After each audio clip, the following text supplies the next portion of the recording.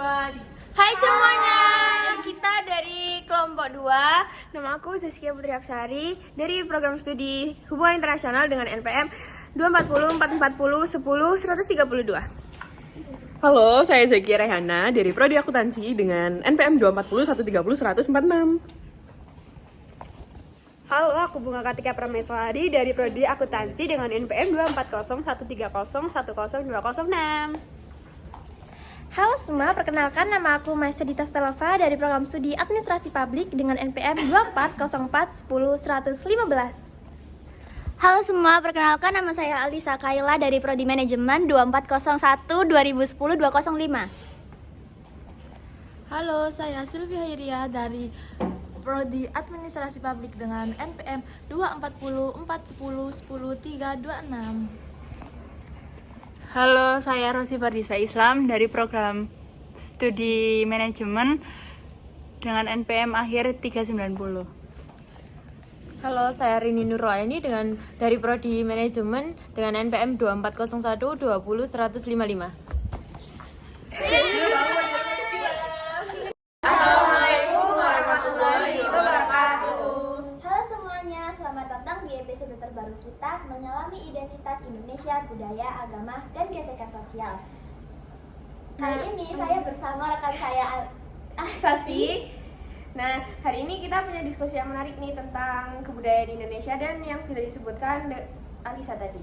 Nah, di sini ada 6 narasumber kita yang udah ahli di bidangnya masing-masing yang akan berbicara mengenai materi tadi. Betul sekali, mari kita mulai dengan mengenalkan narasumber pertama kita. Baik, perkenalkan nama saya Maisa Dita Stelova sebagai pembicara pertama. Perkenalkan, nama saya Bunga Kartika sebagai pembicara kedua. Halo, saya Zakia sebagai pembicara ketiga. Saya Sylvia Hiria sebagai pembicara keempat. Saya Rosi Fardisa Islam sebagai pembicara 5. Saya Rini Nurlaini sebagai pembicara 6. Nah, itu dia. Nah, yang pertama mari kita sambut pembicara narasumber pertama kita. Hesa. Oke, selamat siang. Senang ya bisa gabung di podcast kali ini. Saya juga senang bisa mengundang Kak Hesa. Bisa ceritakan nggak apa sih kejawen itu dan bagaimana warisannya masih bertahan hingga saat ini? Oke, jadi sebenarnya kejawen itu adalah filosofi hidup orang yang tinggal di Pulau Jawa. Tapi masih sangat kental dengan spiritualismenya. Nah, kejawen itu sebuah kepercayaan yang dianut oleh suku-suku yang ada di Pulau Jawa. Tapi walaupun tadi aku bilangnya sebuah kepercayaan ya, kejawen ini bukan agama, tapi lebih ke sebuah nilai-nilai hidup masyarakatnya. Nah, misalnya sebuah konsep Manunggaling Kausta yang berarti berdekatnya manusia dengan Tuhannya, dan juga ada sebuah ritual-ritual lain yang seperti selamatan, wetan, itu adalah sebuah bentuk dari kebudayaan-kebudayaan tersebut.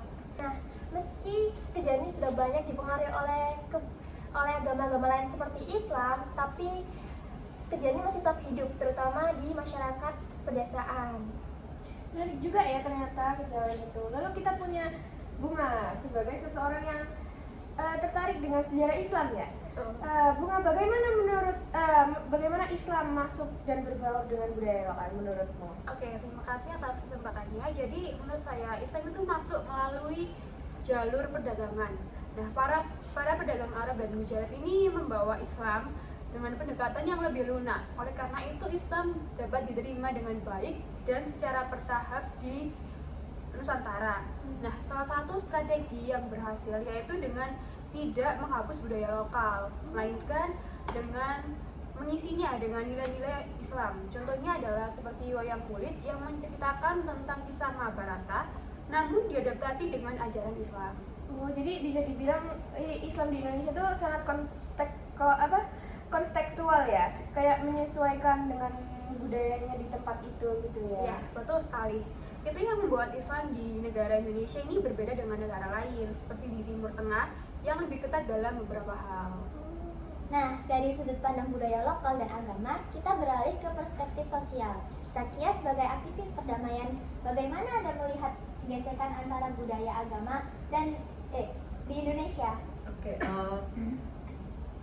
kayak yang disebutin tadi ya, kalau Islam itu masuk ke Indonesia itu dengan bantuan-bantuan budaya supaya bisa menyebar gitu. Nah, kalau semisal budaya tadi itu digunakan secara positif, hasilnya outputnya jelas positif.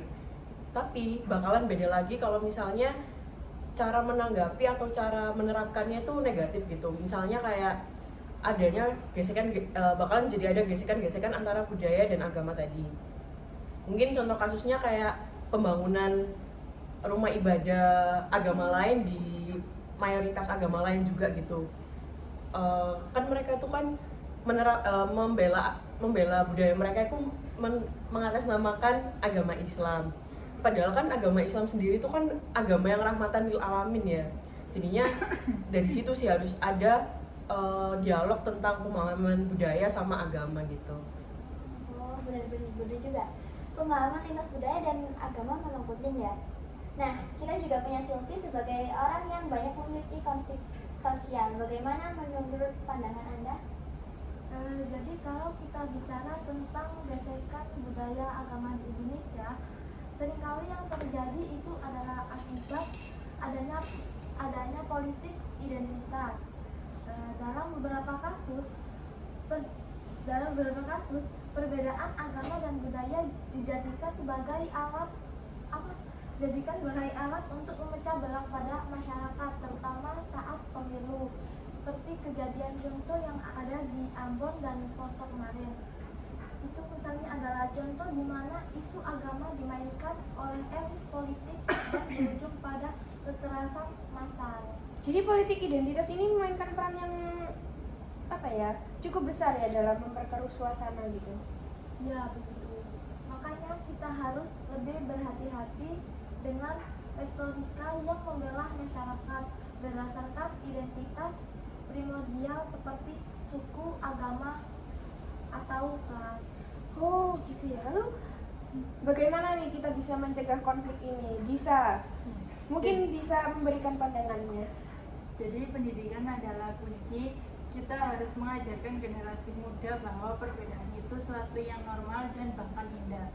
Dengan memperkuat pendidikan multikultural di sekolah-sekolah, mereka bisa belajar untuk menghargai perbedaan dan tidak mudah terprovokasi oleh isu-isu sara. Selain itu, peran media juga sangat penting untuk menyebarkan pesan-pesan damai dan toleransi. Setuju, pendidikan memang sangat berperan ya ternyata. Terakhir, kita ingin dengar dari Arin, bagaimana Islam melihat konflik ini dan apa solusinya dari sudut pandang agama? Islam itu kan selalu mengajarkan rahmatan lil alamin ya, yang artinya itu rahmat bagi seluruh alam. Islam itu tidak pernah mengajarkan kekerasan, kebencian terhadap agama maupun budaya lain. Justru Islam itu mengajarkan musyawarah dan mencari solusi secara damai. Jadi jika terjadi konflik, umat Islam itu diajarkan untuk bersabar, mencari jalan tengah dan menjaga persatuan. Penting juga bagi tokoh-tokoh di luar sana itu untuk terus berdakwah tentang persaudaraan dan toleransi. Terima kasih ya Ari, menarik sekali perspektif dari semua narasumber yang kita miliki hari ini.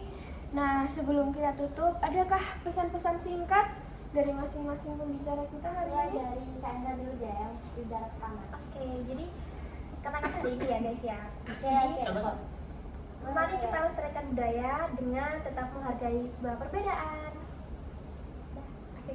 Jadi menurut saya, Islam dan budaya itu bisa saling berdampingan tanpa harus meniadakan budaya tersebut. Nah, kalau dari saya sendiri sih jangan lupa komunikasi sih pokoknya. Oke, siap. Dan dari saya, waspadai politik identitas yang memecah belah. Kak Ari, Bisa.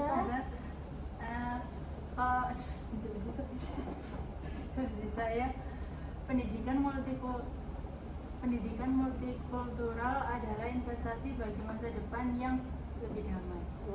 Kalau dari saya sih, toleransi dan kasih sayang adalah esensi dari ajaran agama Islam. Oke, Ari. Luar biasa. Terima kasih kepada semua narasumber yang telah berbagi insight untuk hari ini di podcast kita episode Selanjutnya, dadah. Dadah. Kita ya guys.